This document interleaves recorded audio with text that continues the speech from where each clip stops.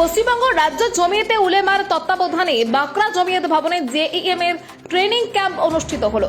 এদিনের এই ট্রেনিং ক্যাম্পে উপস্থিত ছিলেন সর্বভারতীয় জমিয়তে উলেমায়ে হিন্দের সাধারণ সম্পাদক মাওলানা হাকিমউদ্দিন কাশেমি।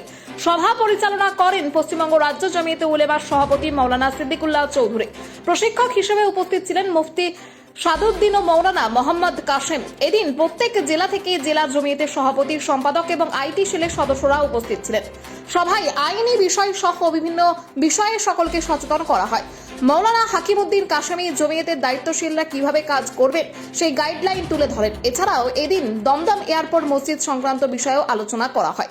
অনুষ্ঠানে আরও উপস্থিত ছিলেন রাজ্য জমিয়তের সাধারণ সম্পাদক মুফতি আব্দুস সালাম, আমিরে শরিয়ত মাওলানা মঞ্জুর আলম কাশেমি, মাওলানা ইমতিয়াজ আলী, মাওলানা আরিফুল্লাহ চৌধুরী, মাওলানা আব্দুস সামাদ, মাওলানা বদরুল আলম, মাওলানা আনিসুর রহমান, মুফতি ইব্রাহিম কাশেমি, মুফতি আমিনউদ্দিন, মাওলানা জয়নাল আবেদিন সহ প্রত্যেক জেলা সভাপতি এবং সম্পাদকরা।